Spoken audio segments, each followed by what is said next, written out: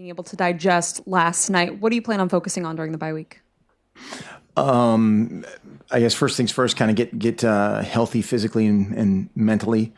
Just it's a good time for us. There's a bunch of people on both sides of the ball and in special teams, just nicks, dings, kind of that stuff that adds up during the course of the season.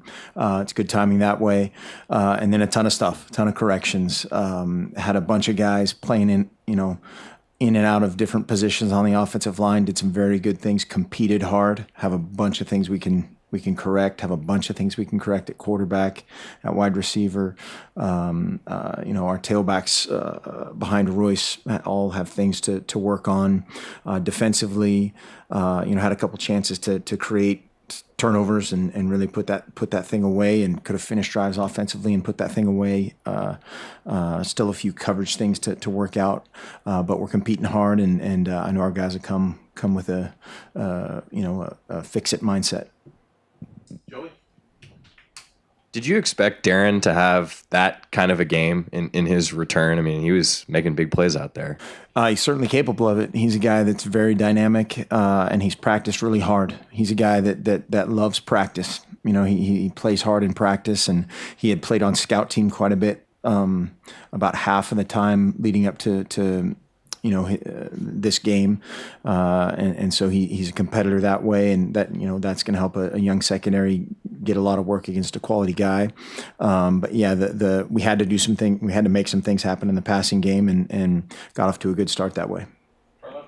What led you guys to try Tyree at cornerback, and how did you think he did, and do you think he's going to stay there? Perfect segue into the players of the week, and then I'll answer your question. Tyree ended up being our defensive player of the week. They went back and forth. DeForest, Buckner, another night of double teams, triple teams, and the other defensive linemen really stepped up and got a decent amount of a pass rush without blitzing a ton. And Tyree saved us a bunch just in a communication from a communication standpoint. Also physically did some really good things. So he was our defensive player of the game. The scout player of the week was Taylor Stinson. Offensive player of the game was Braylon Addison. The scout on that side was Gus Cumberlander. And then the special teams was kind of the entire punt team. Ian did a great job kicking it, but protecting it, covering it.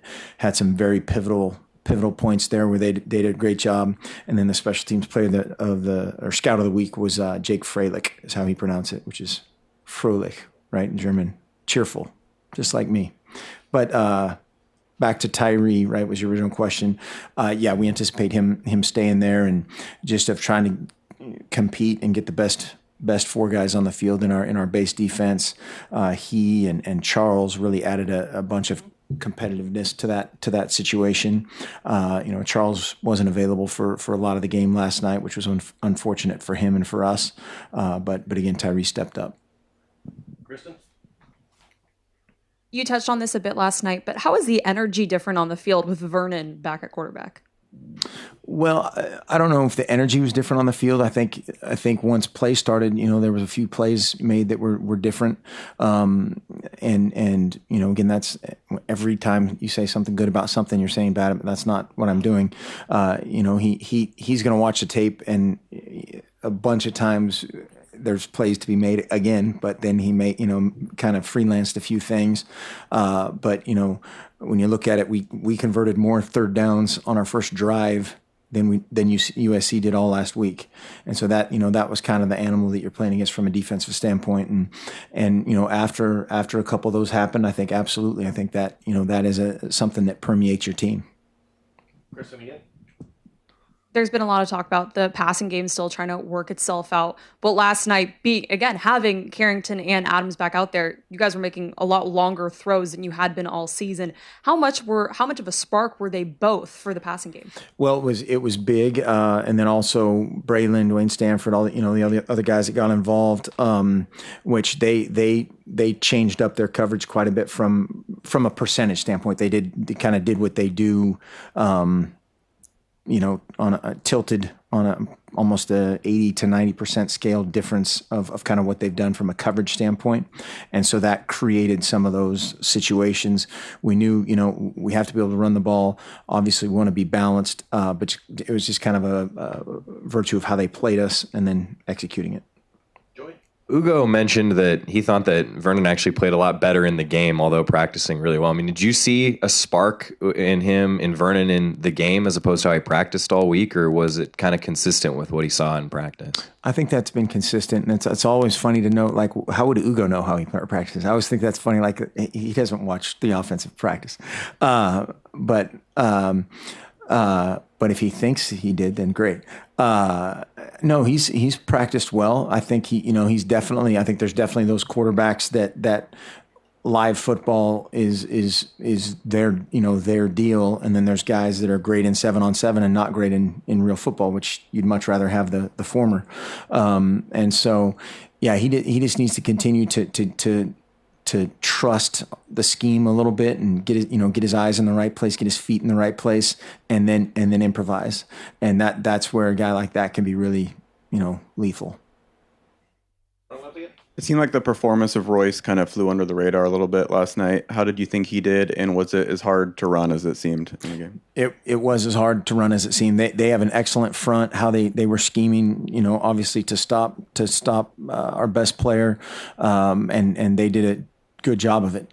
We had some opportunities late. We thought to put the game away, and watching the film, we still think that of how we had some run game going. Again, had some guys in there that battled. Evan Voller did some really good things. Did a bunch of things that he can improve upon. Doug Brenner, same thing, in a different role and an increased role by percentage of what they've done. Cameron Hunt moving out to tackle and battling against the number one defense in the conference.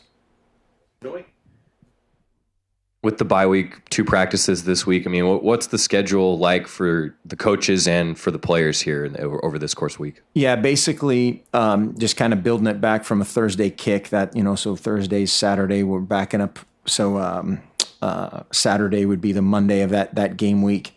And then we're basically going to work on the field physically, off the field mentally, and then also lifting on Tuesday and Thursday, and then use the off days to recharge, make sure we're all dialed in from an academic standpoint, getting off to a great start that way as well, and we'll take some time to have some meetings like as we always do, and get ready for Arizona State.